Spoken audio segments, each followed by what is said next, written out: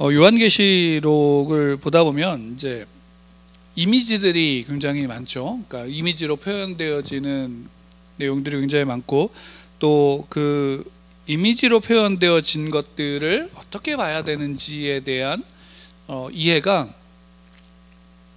요한계시록을 해석하고 또 요한계시록의 말씀이 이제 삶에 실제로 적용되어지는 부분에 상당한 차이를 갖게 되어집니다. 그러니까 우리가 지난주에도 나눴지만 4장 1절부터 3절까지 우리가 보면서, 그러니까 4장 1장부터 3장까지는 요한계시록 전체의 어떤 서론이라고 볼 수 있다면, 4장하고 5장은 이제 본론이 시작되어지는 부분의 서론이라고 이제 할 수 있다고 지난주에 말씀을 드렸습니다. 근데 이제 그 이후에, 이 일 후에 내가 보니 하늘문이 열렸다라고 이제 요한이 그 환상 가운데서 보고, 또 그 하늘문이 열린 곳 속에 이제 자기가 들려 올라가는 모습들을 이제 우리에게 말씀해 줬습니다. 근데 이제 보통 그 세대주의라고 하는 이들은 이 부분에 대해서 어떻게 이야기하냐면, 이 부분을 휴거로 이야기를 합니다. 그러니까 성도들이 이때 휴거가 돼서 올라갔다라고 이 본문을 통해서 보고, 또 이제 4장 5장 지나서 6장 이후에 이제 보면은 이게 7년 대환란의 내용들이라고 이제 보통 이야기를 하게 됩니다. 그래서 시간적인 순서로 앞에도 이제 1장부터 3장까지 서론 부분에 나왔던 내용들, 특히나 이제 7교회에 대한 이제 말씀들이 세대별로 나누어진 말씀이다라고 이해를 하고 그렇게 이제 이야기를 하기도 합니다. 근데 그 부분에 있어서 그렇게 보게 되어지면 이제 요한계시록의 내용들이 무엇으로만 이제 좀 비춰지게 되냐면, 미래의 말씀으로서만 비춰지게 되고, 그러면 이제 특히나 요한계시록에서 그 미래의 말씀에 대한 어떤 것들로만 받아들여질 때, 물론 그게 다는 아니지만 한 가지 문제가 발생하는 게 뭐냐면, 요한계시록의 내용들이 미래의 말씀, 예언의 말씀이니까 뭘로만 다가오게 되면 두려움으로 다가오게 되어지는 경우가 많습니다. 그리고 실제로 그러합니다. 실제로 많은 그런 이야기들을 할 때 그런 해석으로 또는 성경을 보고 이야기를 할 때 많은 부분이 이제 두려움으로 요한계시록을 해석하고 말씀하는 경우가 상당히 많습니다. 그런 면에서 우리가 이제 그 요한계시록에 나와 있는 여러 가지 이미지들과 상징들은 1차적으로는 그 시대, 그러니까 사도 요한이 이제 초대교회 성도들에게 쓴 편지의 어떤 글로서 이것을 첫 번째로 받는 수신자들이 있잖아요. 그 수신자들의 상황과 또 그 시대적인 배경들 속에서 우리가 이 말씀을 좀 볼 필요가 있고, 또 한 가지는 뭐냐면, 요한계시록에 나와 있는 이미지들이 상당수 구약과 좀 연관이 되어져 있습니다. 구약 성경에 있는 이제 선지자들의 말씀과 또는 시편의 이야기와 또는 더 나아가서는 에덴에서 하나님이 창조하셨던 그런 이미지들과 상당히 이제 겹쳐지고, 또 그것을 배경으로 해서 이제 그 풀어내가고 있는 부분입니다. 그러니까 유대인들에게 있어서는 구약의 내용들이 익숙하고 또 그 이미지들이 그들에게 어느 정도 배경이 되어지기 때문에 수신자들이 이 편지를 받았을 때 단지 미래에 보이지 않는 어떤 일들에 대한 두려움으로만 받아들이지 않았을 겁니다. 왜냐하면 그 이미지가 있고 그런 어떤 배경이 있기 때문에. 또 한 가지는 뭐냐면, 요한계시록을 우리가 미래에 대한 예언, 그러니까 옛날에 저도 이제 학교를 다닐 때 요한계시록을 무엇과 항상 비교했냐면, 여러분 노스트라다무스라고 아시죠? 그 노스트라다무스의 예언과 요한계시록의 예언을 같이 비교하고 하는 이야기들을 굉장히 많이 들었었습니다. 그러니까 미래에 대한 이야기라면, 그러니까 실제로 이 편지가 사도 요한이 초대교회 성도들에게 썼을 때에 미래에 대한 이야기로서만 비춰진다면, 이게 그들에게 그 시대에 그들에겐 감흥이 있을까요, 없을까요? 솔직히 언제 일어날지 모르는 미래의 어떤 일들에 대한, 그리고 또 알 수 없는 어떤 일들에 대한 이야기라면 솔직히 대부분의 초대교회 성도들은 그것을 받지는 않았을 겁니다. 받아도 그의 감동이 없거나 또 성경에 또 그 부분들이 기록되어져서 들어오기는 참 쉽지 않았었을 겁니다. 그런데 그 이야기들이 요한계시록에 있는 사도 요한이 그 초대교회 성도들에게 썼던 이야기들이 대부분 그 시대의 수신자들 그것을 받고 이해할 수 있었고 또 받아들일 수 있었으며, 그것이 또한 어떻게든 두려움이 아니라 위로가 되어졌다라는 것입니다. 그 사실을 우리가 좀 알고 또 인지하고서 우리의 요한계시록을 볼 필요가 있습니다. 그러니까 특별히 이제 4장 이렇게 들어서면서 여러 가지 이미지들이 참 많이 나오는데, 이 이미지들이 이제 어떻게 본다면 좀 복잡합니다. 왜냐하면 구약에 있는 배경과 좀 이어지는 말씀들이 있어서 그렇습니다. 오늘 이제 특별히 4절에서도 누가 나오냐면 24장로들이 나옵니다. 24장로들. 그러니까 장로라고 하면 구약에서 단지 이제 우리가 신약에서의 장로들은 사도들을 돕고, 또 어떻게 보다 오늘날을 표현한다면 교회 목사들과 함께 목사도 장로이죠. 그 장로들이 함께 모여서 이제 교회를 이제 어떤 하나의 어떤 방향성을 제시하고 또 섬기는 일들을 하는 게 이제 장로로서의 이미지가 있는데, 구약에서도 이제 어떤 장로들이 있고, 그 장로들이 어떤 의미로서 좀 다가오냐면 지도자들의 의미로서 좀 다가옵니다. 그러니까 그 이스라엘의 또는 어떤 이스라엘 한 지파들의 대표로서의 어떤 장로들이 있고, 또 한 가지는 뭐냐면 제사적인 제의적인 의미가 좀 있는데, 그게 뭐냐면 여러분 한번 생각해 보시면 이스라엘 백성들 가운데 레위인이 주로 이제 아론의 후손들이 제사장을 하잖아요. 그러면 그 제사장이 몇 명 정도 있었을 것 같습니까? 전국에. 그렇게 딱 물어보면 잘 모르죠. 그러니까 보통은 한 수천 명 정도가 있었을 거예요.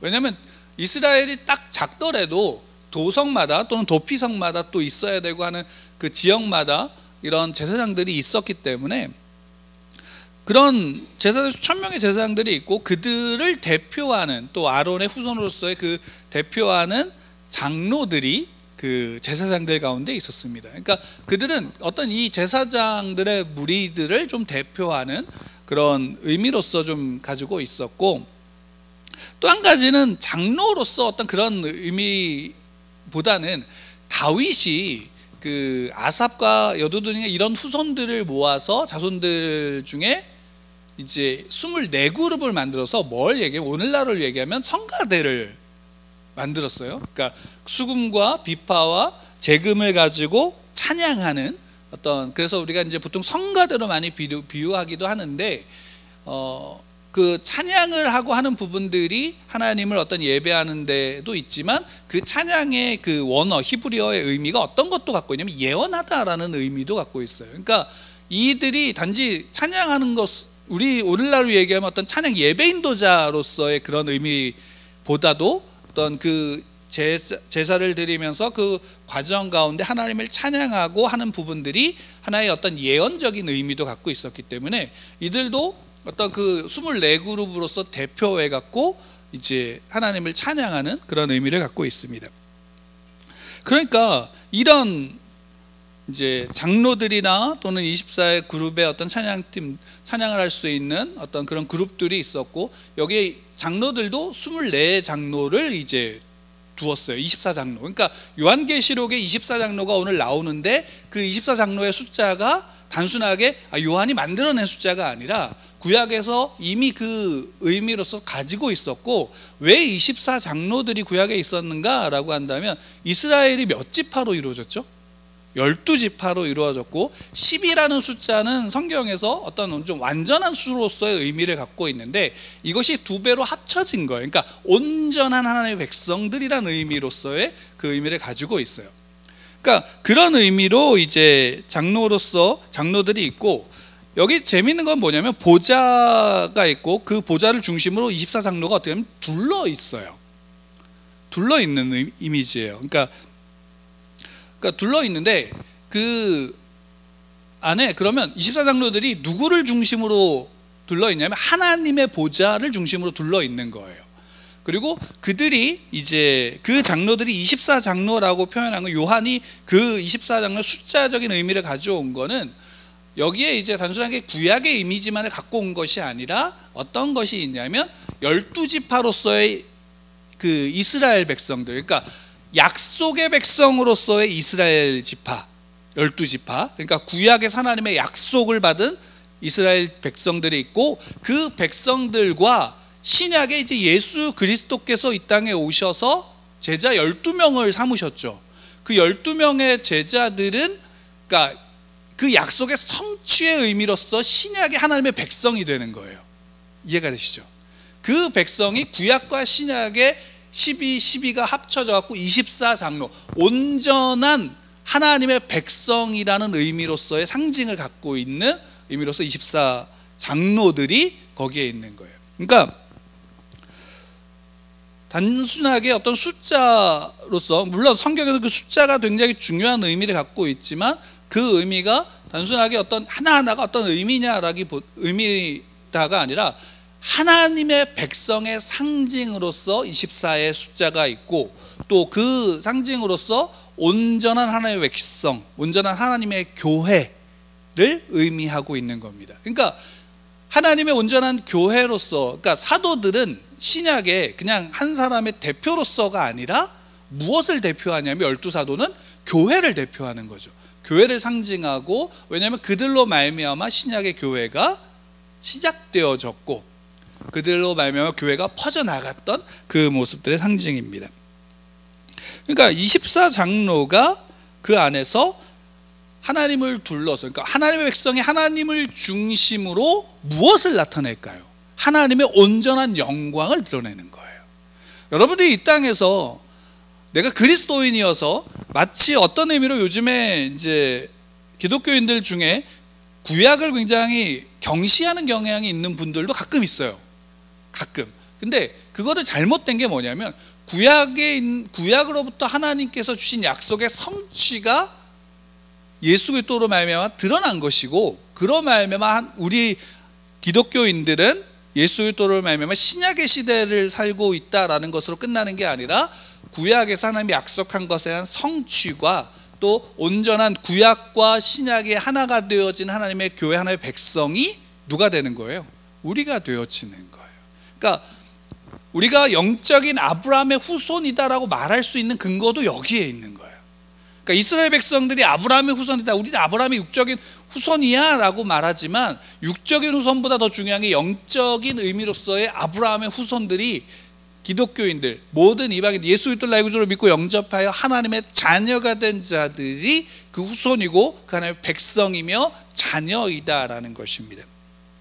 그러니까 그 영광이 여러분들에게도 분명히 있는 겁니다. 그 영광이. 우리는 그 사실을 알고 그 사실을 믿기 때문에 이 땅에서 하나님의 자녀로서 살아가게 되어지는 거예요. 그것을 구분하는 것이 아니라. 그 다음에 이제 이 24장로가 무엇을 입고 있냐면 흰옷을 입고 있어요. 근데 여기에 이제 우리 한글 성경에는 그냥 입고라고만 되어져 있어서 이게 어떤 이제 의미로 되어졌는지 정확하게 알 수가 없지만, 원어를 그냥 해석한다면 어떤 의미냐면 이런 거예요. 흰옷으로 입혀진 24장로들이라는 의미를 갖고 있어요. 그러니까 흰옷으로 입혀진, 그러니까 입고 있다, 그러니까 얘네는 입고 있어 이런 의미가 아니라 입혀진. 그러니까 어떤 의미냐면 원어에서는 이게 수동태로 사용되어졌어요. 그러니까 자기들이 입은 게 아니라 하나님이 입혀주신 거예요. 그러니까 쉽게 말한다면, 그러니까 하나님이 흰옷으로 입혀진 것. 흰옷의 상징은 요한계시록은 특별히 흰옷은 성도들, 그리스도인들을 상징하죠. 성도들에 대한 표지로 흰옷을 이야기를 해요. 그리고 또 한 가지, 흰옷은 거룩함, 의로움의 상징이에요. 그러니까 이 의로움은 단순하게 우리가 입고 나가는 그런 게 아니라 예수 그리스도로 말미암아 하나님이 우리에게 입혀주신 거예요. 그 입혀주신 그 백성들, 그 성도들이 어떻게 돼요? 그 하나님의 의로움을 입고 나아갈 수 있는 거예요. 그러니까 우리가 4장 1절에서 보면 하늘문이 열렸다라고 얘기를 하잖아요. 그 하늘문이 열렸다는 것은 뭐냐면 예수 그리스도로 말미암아 이제 하늘문이 열린 상태가 되어지는 거예요. 그럼 하나님의 나라가 그래서 이 땅에 임했다라는 것은 하늘에서, 그러니까 하늘의 나라, 하나님의 나라, 우리가 상관없는 것, 그 하나님의 나라가 아니라 그 열려진 그 문을 통해, 하늘 문을 통해서 그 나라를 우리가 지금 살아가고 있고 그 나라의 거룩함과 의로움을 우리가 지금 입혀져서 그 나라를 살아가고 있다라는 거죠. 그 의미로서 그 흰옷을 입혀줬고 그 흰옷이 입혀진 24장로들이 그 하나님의 영광의 어때요? 증거자들이 되고 그 영광에 함께하는 자들이 되어지는 겁니다. 여러분 그러니까 요한계시록이 지금 여기서 지금 이야기하고 있는 바가 한 가지 이따 우리가 조금 나누겠지만 중요한 이 의미를 가지고 있어요. 왜 이 말씀을 계속 이제 조금 더 세밀하게 보고 있냐면 그 다음에 이제 면류관을 쓰고 있는데 여기에 이제 한글 성경에는 뭐라고 나와 있냐면 흰옷 일곱이 금관을 쓰고 있다라고 하는데 이게 면류관이에요. 근데 면류관은 두 가지의 의미가 있는데 하나는 뭐냐면 그 왕으로부터의 보호와 하나님으로부터의 보호와 도움, 그 다음에 그 전쟁에 그 영광이 있는 존재로서의 그 의미가 있고 또 하나는 뭐냐면 그러니까 소위 말한다면 우리가 3장에서 이제 일곱 교회의 이야기들을 우리가 보면서 나왔던 그 소위 말한다면 운동하는 자가 받는 면류관, 승리자에게 주는 영광, 그러니까 어떤 하나의 어떻게 본다면 보상이라고도 할 수 있죠. 그러니까 근데 지금 이렇게 한번 생각해보세요. 운동 경기를 하는 올림픽에 참가한 선수들이 그 운동 경기에 참석해서 승리하는 승리의 면류관을 쓰려면 지금 현재 그것을 기대하면서 뭘 하고 있냐면 훈련하고 있고 애쓰고 있는 과정이에요. 그 면류관은 지금 현재 게 아니라 언제 거예요? 미래의 것이죠. 근데 이 면류관이 보호와 이 전쟁에서 보호와 승리의 수단이 되어지는 이 지금 24장로들이 쓰고 있다라는 그 의미는 뭐냐면 이게 현재적인 거예요. 현재적인 승리와 현재적인 보호가 있는 거예요. 그러니까 예수님이 우리가 이제 주일날도 우리가 말씀을 이렇게 나눴지만 어떤 거냐면 성육신 하셔서 침례 요한에게 침례를 받으시고 광야로 나아가셔서 사단에게 시험을 받으신 세 가지 시험이 우리가 어떻게 본다면 운동선수 오늘을 견디는 것과 마찬가지라고 보여줄 수 있지만 그 승리하신 그 시험에 승리하신 승리 후에 천사들이 내려와서 수종을 드는 그런 모습 속에서 이미 예수 그리스도가 또 십자가에서 죽으시고 부활하심으로 말미암아 이미 승리하신 그 승리가 성도들에게 있다라는 거예요. 그 성도들에게 있고 그 성도들은 그 승리의 면류관을 그 보호의 면류관을 쓰고 있는 것이고 그와 동시에 미래적인 기대가 있어요, 없어요? 있는 거예요. 그 미래적인 기대가 있는 거예요. 그러니까 요한계시록을 받는 당시 이 초대교회 성도들은 로마의 핍박과 유대인들의 핍박과 조롱과 야유 속에서 제대로 된 삶을 살아갈 수 없는데 그 속에서 요한은 뭐냐? 믿음을 숨기지 말라 그러고 믿음을 드러내라고 얘기를 해요. 이게 요한계시록의 내용이거든요. 왜? 너희가 이미 승리했다라는 것이에요. 그리고 승리했고 너희들을 핍박하는 로마의 황제가 진짜 권위가 있고 권력이 있는 황제가 아니라 더 큰 권력이 하나님께 있고 우리 주 예수 그리스도께 있다라는 사실을 드러내는 거예요. 그러니까 이 땅에서의 수모와 죽음이 그들에게는 끝이 아니다라는 사실을 계속 증언하고 있는 거죠. 이 환상이 미래의 어떤 것들, 성도가 받을 것들에 대한 이야기가 아니라 지금 너희가 이런 가운데 있어. 그러면 동시에 너희들의 이 땅에서의 죽음이 그 믿음을 지켜감이 결국 그 기대하는 또 소망하는 면류관의 영광의 면류관이 또한 그 가운데 있어. 그러니까 그것을 바라봄으로 나아가는 거야 라고 요한은 말하고 있는 거죠.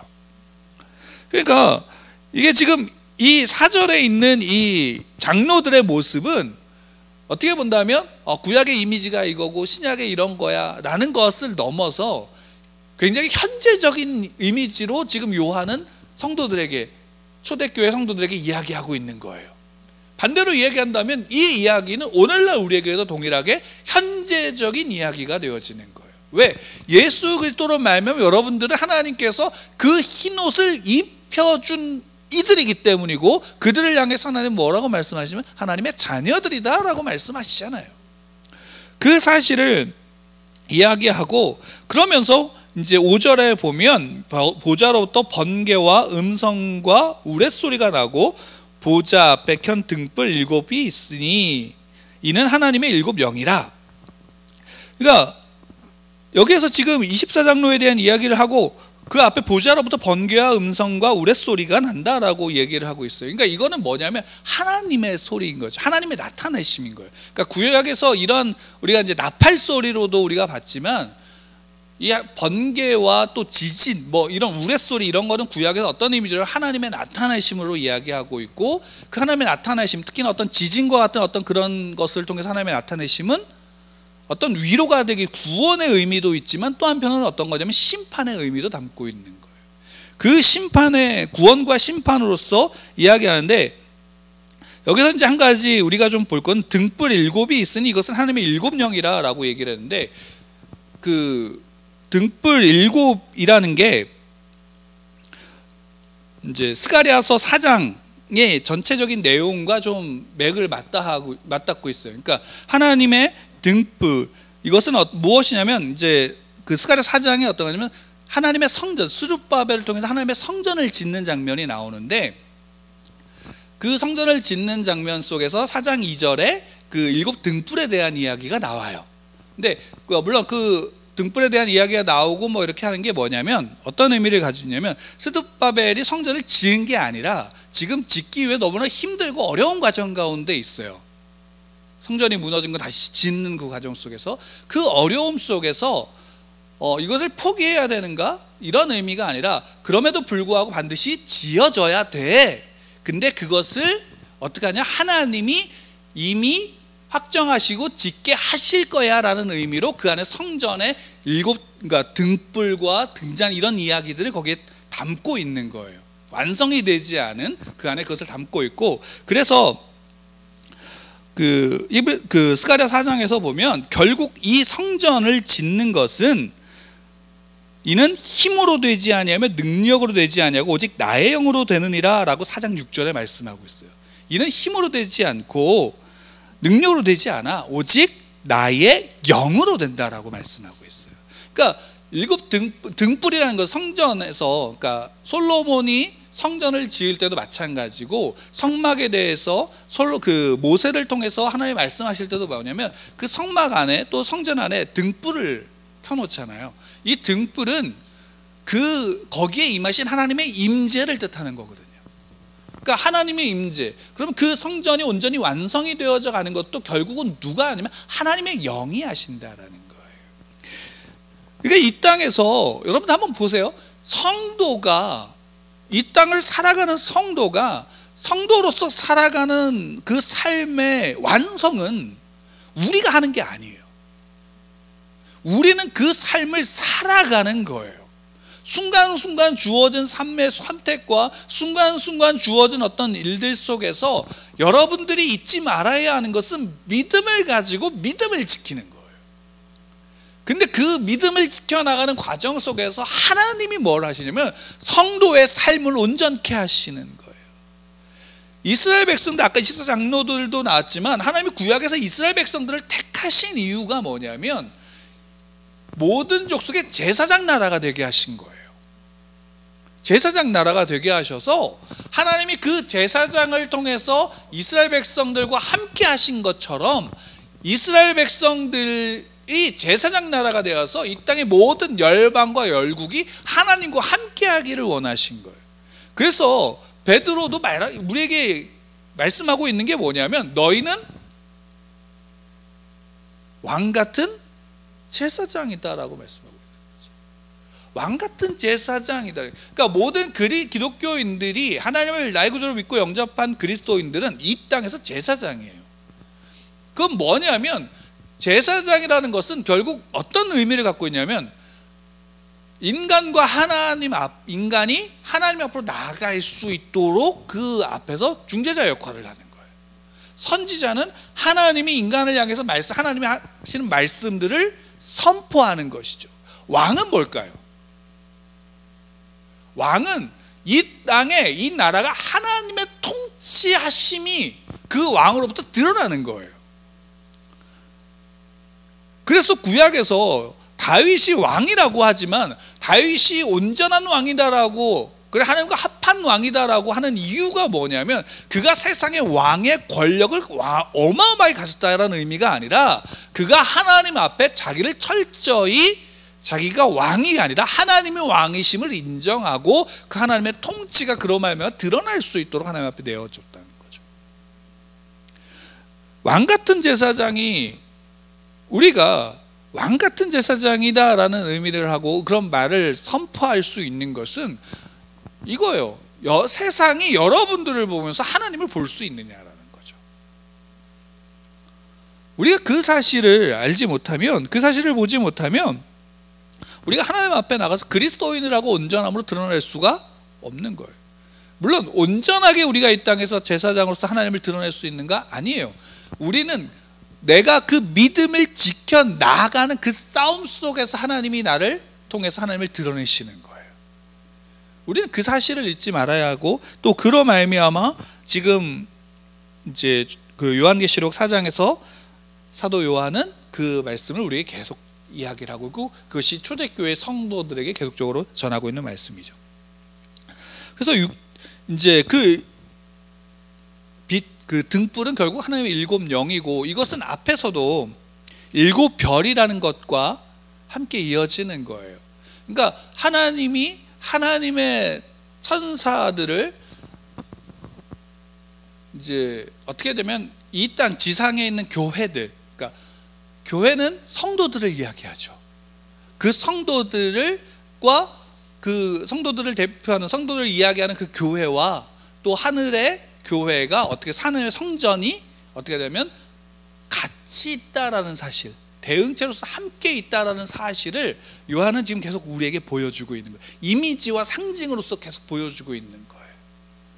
그러니까 여러분들이 이 땅에서 내가 예수 그리스도를 나의 구주로 믿고 하나님의 자녀가 됐어, 난 그래서 하나님을 믿어, 나 하나님의 자녀야 라고 살아간다면 그것이 하늘에서도 이어질까요? 안 이어질까요? 이어져요. 왜? 하늘 문이 열려 있잖아요. 하늘 문이 여신, 예수 그리스도가 하늘 문을 여셨고, 그래서 예수님이 우리에게 가르쳐 주신 기도 속에서도 뜻이 하늘에서 이루어진 것 같이 땅에서도 이루어지리다. 왜? 하늘에서 땅이 그 하나님의 뜻이 이루어진과 같이 이 땅에서도 하나님의 뜻이 이루어지는 거예요. 그리고 하나님께서는 이미 그 종말 때까지 그 하나님의 뜻과 계획하심을 온전히 하늘에서 이루셨을까요? 안 이루셨을까요? 이루신 거예요. 그러니까 당연히 이 땅도 그 안에서 어떻게 돼요? 그 하나님의 뜻이 이루어진 거예요. 그 안에서 그리스도인 성도들이 이 땅을 살아가고 있고, 저와 여러분이 이 땅을 살아가고 있는 거예요. 그러니까 그 사실을 요한이 말하면서 이 이야기를 들었을 때, 그것을 그 배경적인 의미로서 알고 있는, 또 그것을 읽으면서 느끼고 있는 초대교회 성도들, 로마의 황제의 숭배와 핍박과 그런 어떤 여러 사람들이 순교를 당하는 와중에서 그들은 이 이야기가 그들에게 뭐가 되어지냐면 위로가 되어지는 거예요. 실제로. 그래서 여러분들의 삶이 혼자가 아닌 거예요. 여러분들의 삶은 하나님이 함께 하시는 삶이에요. 그리고 여러분들의 삶의 자리는 하나님의 영광의 자리가 되어지는 거예요. 하나님의 영광의 자리가 뭐고, 하나님의 영광을 위해서 우리가 무엇을 해야 되느냐가 아니라, 여러분들이 하나님의 자녀로 살아가고 하나님의 자녀로 살아감으로 말미암아 드러나는 그 자리가 하나님의 영광의 자리가 되는 거예요. 그러니까 달리 얘기하면 여러분들이 있는 곳이 하나님의 영광이 있고, 여러분들이 있는 곳에 하나님의 통치가 있고, 여러분들이 있는 곳에 하나님의 뜻이 있는 거예요. 그 사실을 믿고 나아갈 때 이제 6절에서 보면 보좌 앞에 수정과 같은 유리바다가 있고, 보좌 가운데 보좌 주위에 네 생물이 있는데 앞뒤에 눈들이 가득하더라 라고 하는데, 그 우선은 오늘 뭐까지 보면 수정과 같은 유리바다라고 되어져 있는데, 이게 원어로 보면 이렇게 되어 있어요. 그리고 보좌 앞에 수정 같은 유리바다 같은 것이 있다.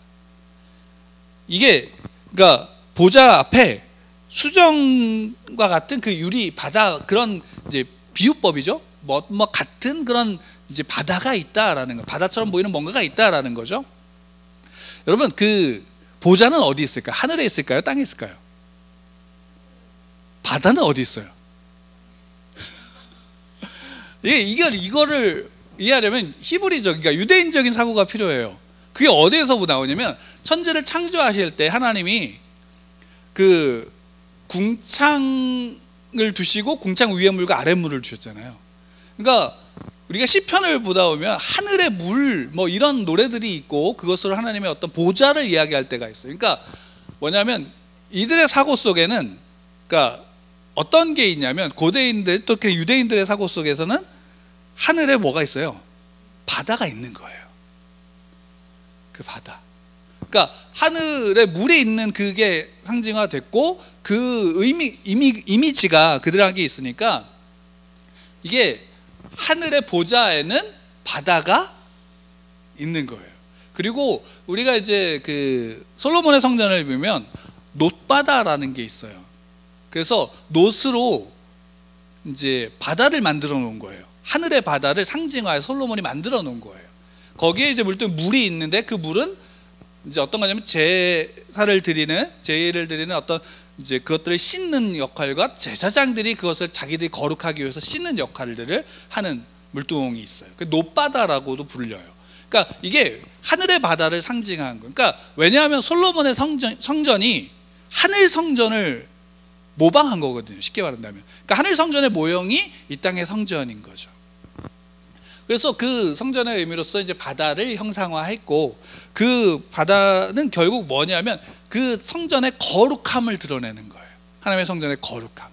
그 성전을 씻고 거룩하게 만드는 거죠.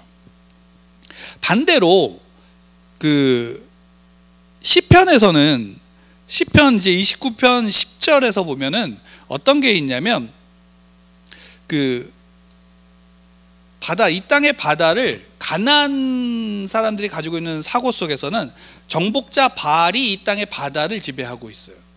그러니까 반대로 말하면 이 땅에서 바다는 어떤 거냐면 악의 근원이 되는 거예요. 그러니까 요한계시록에서도 그 용이나 또는 뭐 이런 짐승들이 어디서 나와요? 바다에서, 나중에 보면 바다에서 나오거든요. 그 근원을. 근데 그 이제 그 시편 29편 10절에서는 그 부분을 바다에서 그 하나님의 승리를 이야기를 해요. 왜냐하면 거기에 29편 10절에 그 홍수라고 아마 한글 성경에 나와 있는데 그게 원어로 보면은 그 천상의 바다라는 의미를 가지고 있어요. 그러니까 원어상으로 사전적인 의미로서 그런 의미도 있어요. 그러니까 그래서 어떤 번역에서는 어떤 이제 해석하는 분들은 그걸 이제 바다로, 천상의 바다로 이렇게 해석하기도 하는데, 어찌됐든 그러니까 하늘의 바다는 수정 같은, 그리고 유리바다 같은 그런 모습이다라는 것, 거룩함과 그 거룩함의 상징을 이미지화 시켰다면, 반대로 이제 요한은 앞으로 이 땅의 악의 근원을 바다로서 표현함으로 그것을 정복하고 그것을 이제 소위 말한다면 완전한 통치 가운데 두시는 분이 누구다? 하나님이시다라는 사실을 함께 그 안에서 보여주고 있는 겁니다. 그러니까 이 땅에 예수 그리스도께 승리하셨어요, 안 하셨어요? 승리하셨죠. 우리 그것을 믿어요. 그 승리는 성도의 승리예요. 예수 그리스도의 승리는 성도의 승리란 말이에요. 근데 우리는 이 땅에서 내가 승리했다라고 봐요? 우리는 때때로 넘어지잖아요. 그 때때로 넘어지는데 그 승리한 것을 보는 것으로서가 아니라 이제는 그 승리가 나의 승리임을 확신하고 나아가는 자리. 그러니까 그렇다고 해서 우리가 두려움이 없을까요? 우는 사자와 같이 위협하는 사단의 그 위협이 있고, 또 그 시험의 유혹은 우리는 늘 우리의 삶 속에서 접해가고 있어요. 거기에 우리는 그의 주의 말씀으로 예수님이 이기신 것처럼 이겨나가야 되려면 우리가 때때로 넘어지더라도 넘어진 자리에 다시 그 말씀 속에서 예수 그리스도를, 하나님을, 승리하신 그분을 바라봄으로 이뤄져 나아갈 수 있는 믿음이 우리 가운데 더욱더 커 나아갈 수 있도록 우리가 하나님 앞에, 말씀 앞에 서서 부딪힐 필요가 있는 겁니다. 그러니까 요한계시록은 당시에 초대교회 성도들의 그런 모습을 요한도 당연히 알고 있고, 또 그 속에서 하나님이 예수 그리스도께서 요한에게 환상으로 지금 말씀하고 있는 내용들도 결국에는 당시의 초대교회 성도들이 두려움과 위협 속에 좌절하고 낭망하고 포기하는 게 아니라 참된 승리가 너희 안에 있다라는 사실을 보여주고 있는 거고 말씀하고 있는 거예요. 여러분들의 삶은 그래서 승리하신 것이고 승리하는 삶으로 나아가고 있는 거예요. 좌절은, 그런 낙담은 늘 또 동시에 우리 안에 있어요, 없어요? 불완전한 우리 안에 있어요. 그것에 대해서, 그래서 그 낙담으로 말미암아 우울감이 몰려올 때도 있을 거예요. 다만 그때마다 하나님의 말씀 앞에 서는 것, 기도하는 것이 어렵다라고 느껴지고 그것이 해결이 안 되어질 수도 있어요. 그러나 하나님이 어떤 분인지를 우리가 알 때, 요한은 그 하나님이 누구인지를 알려주고 그 하나님이 어떻게 하셨는지, 예수 그리스도께서 어떻게 하셨는지를 지금 보여주고 있는 거예요. 그것이 상징으로, 이미지로 우리에게 보여지니까 우리가 잘 분간이 안 되어지고 막 해석할 때도 있지만, 실제로 구약에서, 구약 성경이, 구약의 선지자들이 구약의 에덴의 그 창조하신 하나님의 과정이 또 모세를 통해서 하나님의 율법을 그들에게 주신 것들을 통해서 분명히 우리에게 동일하게 보여주고 있다라는 사실입니다. 그 사실을 믿으시고 이 시대에 담대히 나가시기 바랍니다. 이 시대를 담대히 나아가십시오. 세상은 살기 어려울 거예요. 세상은 혼란스러울 거예요. 그 속에서 우리는 그리스도인으로 나가는 거예요. 성도로 나가는 것. 그 사실을 잊지 마시고 그 사실을 믿으시기를 축원합니다. 우리 함께 기도하겠습니다.